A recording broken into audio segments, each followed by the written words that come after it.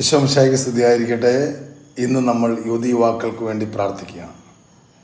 സഭാപ്രസംഗം എന്ന പുസ്തകം 12-ാം അധ്യായം 1-ാം തിരുവചനം. ഒന്നിലും സന്തോഷം തോന്നുന്നില്ല എന്ന് നീ പറയുന്ന ദുർദിനങ്ങൾ വരുന്നതിന് മുൻപ് നിന്റെ യൗവന കാലത്ത് നിന്റെ സൃഷ്ടാവിനെ സ്മരിക്കുക.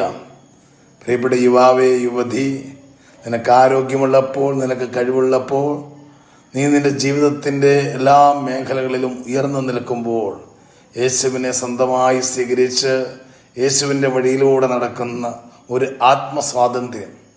ഇന്ന് അനേക യുവതിവാക്കൾക്ക് ഈ സ്വാതന്ത്ര്യമില്ല. തങ്ങളുടെ അസ്തിത്വം എന്തെന്ന് അവർക്ക് തിരിച്ചറിയാൻ സാധിക്കുന്നില്ല. 2 കൊരിന്തോസ് 5:17 ഐഡൻറ്റിറ്റി നഷ്ടപ്പെടുന്ന, ഐഡൻറ്റിറ്റിക്ക് വേണ്ടി പല കാര്യങ്ങളിലൂടെ കടന്നു പോകുന്നവരോട് ദൈവത്തിൻ്റെ വചനം പറയുകയാണ്, ഇതാ ക്രിസ്തുവിൽ ആയിരിക്കുന്നവൻ പുതിയ സൃഷ്ടിയാണ്. യേശു ക്രിസ്തുവിൽ പുതിയ സൃഷ്ടി ആവുക എന്നുള്ളതാണ് നിന്റെ ഐഡൻറ്റിറ്റി. പഴയത് കടന്നുപോയി, ഇതാ പുതിയത് വന്നു കഴിഞ്ഞു. വചനം കേൾക്കുന്ന പ്രിയപ്പെട്ടവരെ, യേശു നൽകുന്ന പുതിയ ജീവിതത്തിലേക്ക്, പുതിയ സ്വഭാവത്തിലേക്ക്, പുതിയ വഴിയിലേക്ക് മുന്നേറുവാൻ നിനക്ക് സാധിക്കും.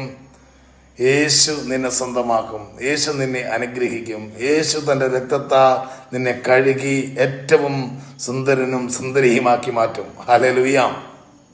വീണ്ടും നമ്മൾ സങ്കീർത്തന പുസ്തകം 119:9 നമ്മൾ കാണുകയാണ്, എങ്ങനെയാണ് ഈ വഴിയിലൂടെ മുന്നേറേണ്ടത്. യുവാവ് തൻ്റെ മാർഗം എങ്ങനെ നിർമ്മലമായി സൂക്ഷിക്കും? അങ്ങയുടെ വചനമനുസരിച്ച് വ്യാപരിച്ചു കൊണ്ട് തന്നെ. ദൈവവചനമനുസരിച്ച് നിർമ്മലതയോടുകൂടി, പ്രസന്നതയോടുകൂടി, സന്തോഷത്തോടുകൂടി, സമാധാനത്തോടുകൂടി, ആത്മധൈര്യത്തോടുകൂടി, അഭിമാനത്തോടുകൂടി ജീവിക്കാൻ ഓരോ യുവാവിനും യുവതിക്ക് സാധിക്കും. നമ്മുടെ യൂണിവേഴ്സിറ്റികൾ, ക്യാമ്പസുകൾ, അവിടെയെല്ലാം ദൈവത്തിൻ്റെ വചനം നിറയപ്പെടണം.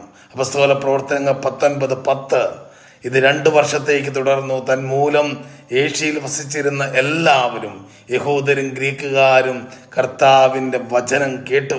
കർത്താവിൻ്റെ വചനം കേൾക്കാൻ യൂണിവേഴ്സിറ്റികളിലായിരിക്കുന്ന, കോളേജിലായിരിക്കുന്ന, മറ്റ് പല രാജ്യങ്ങളിലും പഠിക്കാൻ പോയ ഓരോ യുവാവിനെയും യുവതിയെയും പരിശുദ്ധാത്മാവ് അഭിഷേകം ചെയ്യട്ടെ എന്ന് പ്രാർത്ഥിക്കുകയാണ്. മാത്രമല്ല, ഈ കാലഘട്ടത്തിൽ അനേക യുവതിയുവാക്കളെ സ്വർഗത്തിന് വേണ്ടി, സ്വർഗരാജ്യത്തിന് വേണ്ടി കർത്താവ് ഉയർത്തട്ടെ എന്ന് പ്രാർത്ഥിക്കുന്നു. സഭ 1 തിമോത്തിയോസ് 4:12 ആരും നിന്റെ പ്രായക്കുറവിൻ്റെ പേരിൽ നിന്നെ അവഗണിക്കാൻ ഇടയാകരുത്. വാക്കുകളിലും പെരുമാറ്റത്തിലും സ്നേഹത്തിലും വിശ്വാസത്തിലും വിശുദ്ധിയിലും നീ വിശ്വാസികൾക്ക് മാതൃകയായിരിക്കുക. പ്രിയപ്പെട്ട യുവാവേ, യുവതി, ഏതൊക്കെ കാര്യങ്ങളിലാണ്? വാക്കുകളിൽ, പെരുമാറ്റത്തിൽ, സ്നേഹത്തിൽ, വിശ്വാസത്തിൽ, വിശുദ്ധിയിൽ അനേകർക്ക് മാതൃക നൽകിക്കൊണ്ട്. നിന്റെ പ്രായമൊക്കെ ചെറുതായിരിക്കാം, പക്ഷേ നിന്റെ യൗവനത്തിൽ യേശുക്രിസ്തുവിനെ മഹത്വപ്പെടുത്താൻ, അനേകർക്ക് ഈശോയെ കൊടുക്കാൻ, അനേകർക്ക് ഈശോയുടെ സമാധാനത്തിൻ്റെ ഉപകരണമായി മാറാൻ, നിന്റെ കുടുംബത്തിൽ യേശുക്രിസ്തുവിൻ്റെ വെളിച്ചം കൊണ്ടുവരുവാൻ, നിന്റെ കൂട്ടുകാരുടെ ഇടയിൽ കർത്താവിൻ്റെ വചനത്തിൻ്റെ ശക്തി വിളമ്പാൻ നിന്നെ ഉപയോഗിക്കാൻ കർത്താവിന് സാധിക്കും.